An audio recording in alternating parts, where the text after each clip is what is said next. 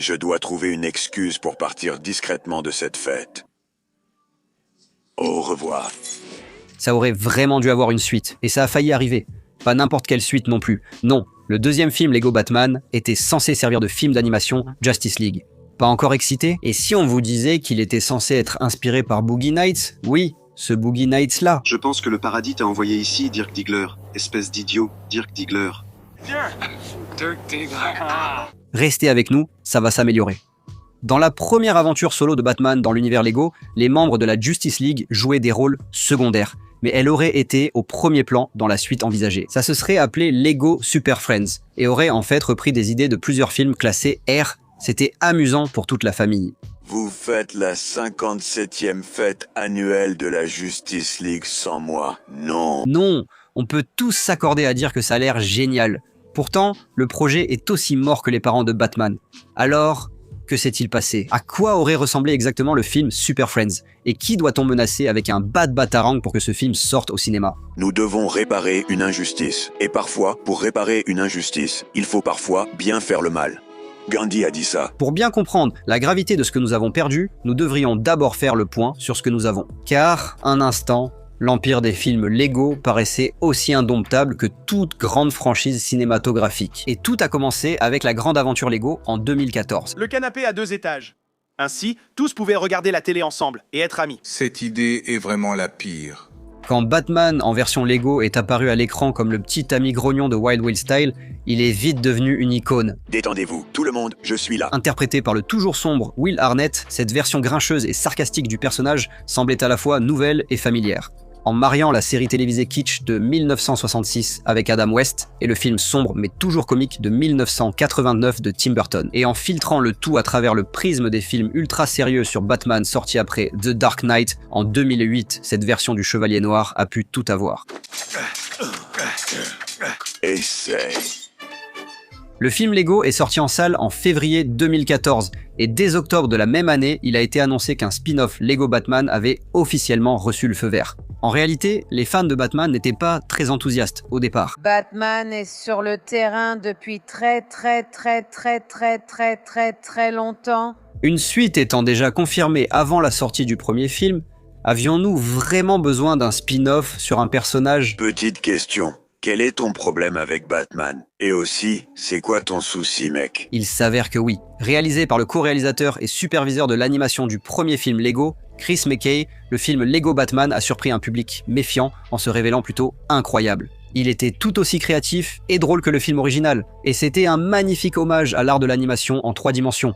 Il était à la fois irrévérencieux et respectueux de l'histoire de l'œuvre d'origine. Je t'ai vu traverser des phases similaires en 2016, 2012, 2008, 2005, 1997, 1995, 1992 et 1989. Et à ce jour, c'est peut-être bien l'adaptation la plus fidèle de Batman jamais portée à l'écran. C'est une affirmation audacieuse. Nous avons une autre vidéo pour le prouver. Regardez-la et dites-nous si vous êtes d'accord. Le film a eu un énorme succès et la franchise Lego semblait inarrêtable. Les chiffres le prouvent.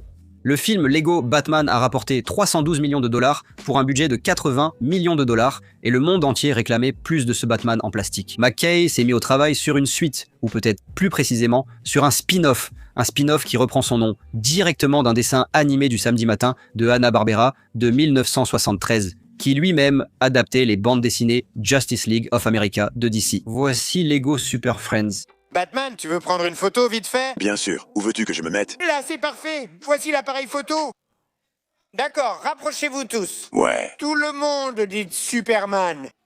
Laissez-moi voir, classique. On a tout le monde. McKay a en fait longuement parlé du film lors d'une interview avec Collider, puis plus tard avec Uproxx. Selon l'homme lui-même, cela aurait eu une structure narrative similaire à celle du parrain, deuxième partie mélangée avec Boogie Nights, alternant entre un conflit contemporain et des flashbacks explorant la relation complexe de Batman avec Superman et la Ligue des Justiciers. Oui, vous avez bien entendu.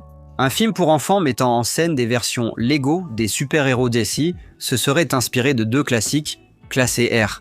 Ce film aurait pu être incroyable. McKay a déclaré que Lego Super Friends aurait porté sur l'amitié et le changement. Il était question de la difficulté de changer, de s'y engager et de suivre la nouvelle voie choisie. Surtout quand tu n'as pas toujours été un bon guide pour tes amis. Tes anciens amis pourraient ne pas voir la personne que tu es aujourd'hui. Cette idée devrait enthousiasmer tous les fans de Batman, car elle correspond parfaitement au personnage, notamment grâce au travail préparatoire des films précédents sur sa personnalité solitaire, sa famille de cœur et ses sentiments complexes envers Superman et la Justice League. Dans l'interview avec Uproxx, McKay suggère même que Superman lui-même aurait du mal à supporter son sentiment d'aliénation vis-à-vis de l'humanité, et que tout le film se résumait à une seule question. Comment fait-on pour être des super amis? Qu'est-ce que tu fais ici? Ne t'en fais pas, Doug. Je ne suis pas là pour me battre ou quoi que ce soit.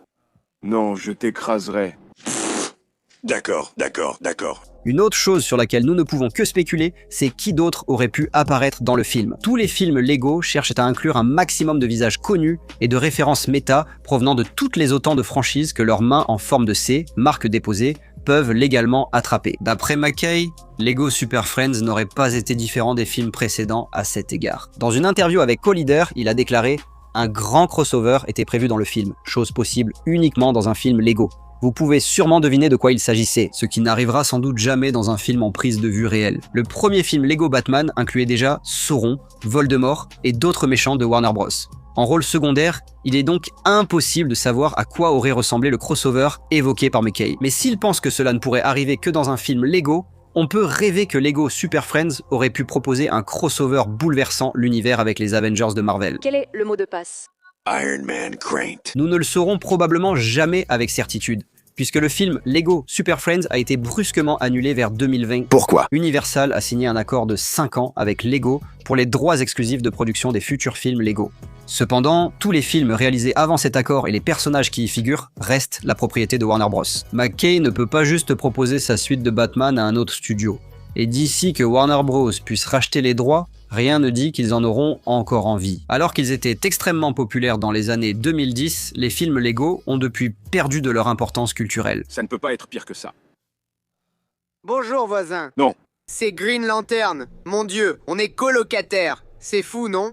Quelqu'un aurait-il de la kryptonite à me donner? Universal n'a sorti qu'un seul film Lego, dont les résultats ont été si mauvais que vous ne vous souvenez sûrement pas de son nom. Piece by Piece était un biopic animé sur la vie du musicien Pharrell Williams qui a fait un flop au cinéma en 2024. Ce documentaire destiné aux milléniaux, animé comme pour les enfants, n'a eu qu'une sortie limitée en salle et aucune chance de réussir. Tu sais, ce qui serait cool, c'est si, genre, on racontait mon histoire avec des pièces de Lego.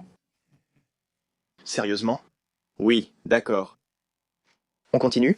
Que vous ayez aimé Piece by Piece ou non, cela reste un échec financier total. Il n'a même pas rentabilisé son budget au box-office. Bien qu'Universal prévoit encore des projets Lego, tout montre que le public a délaissé cette franchise de films sur les briques, autrefois adorée du public. Qui d'autre te pousse à les surpasser comme moi? Superman. Superman n'est pas un méchant. Alors je dirais que je n'ai pas de méchant en ce moment. Je me bats contre plusieurs personnes différentes.